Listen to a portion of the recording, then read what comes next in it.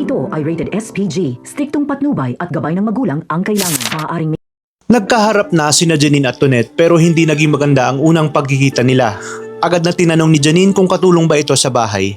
Nagulat si Tonet at ipinaliwanag na assistant siya ni Atoy. Ngunit mayabang na sinagot ni Janine na assistant man o katulong, pareho lang daw iyon dahil pareho pa rin nagsisilbi sa kanyang daddy Atoy. Hindi pa doon natatapos ang pang-aasar ni Janine. Pinakialaman pa niya ang mga gamit ni Atoy sa pananahi at ikinalat ang mga ito.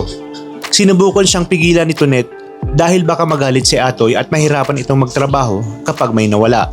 Pero lalo lamang siyang inasar ni Janine at dito ay nag-walkout siya. Napailing na lang si Tonet at nasabing bata pa lamang ito ay parang tumutubo na agad ang kanyang sungay. Habang nagliligpit si Tonet, aksidente niyang nakita ang blood record ni Janine. Doon niya nalaman na AB positive ang blood type nito, bagay na lalo pang nagpalito sa kanya.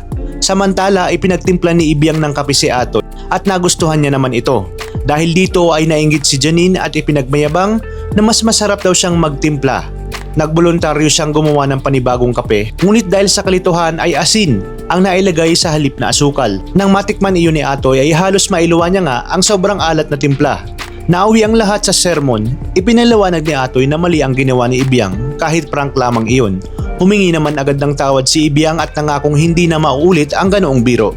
Sa blood donation drive naman sa Tabang Lupa, isa si Atoy sa mga unang nag-donate ng dugo. Paglabas niya ay nakasalubong niya si Tonet at niyaya rin niya ito na mag-donate. Nang tanungin ni Atoy kung ano ang type nito, pabirong sagot ni Tonet na ikaw ang type ko. Natawa na lamang si Atoy nang sabihing biro lang iyon. Habang abala ang lahat, nagpa siya namang makipagbati si Ibiang kay Janine.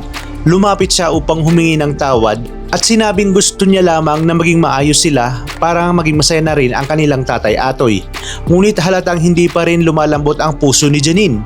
Maya-maya pa ay napansin ni Janine ang isang bes, kaya naman hinila niya ito kahit pinipigilan na siya ni Ibiang. Sa ikalawang paghila niya, biglang bumukas ang isang secret room. Dito ay tumambad kay Janine ang isang nakakamanghang mga bagay, magamit ni Atoy sa kanyang undercover missions at ang matatalim na kutsilyo pati na ang mga baril.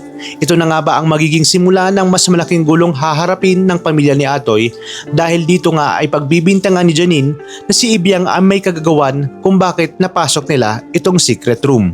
Abangan natin yan dito lang sa The Master Cutter.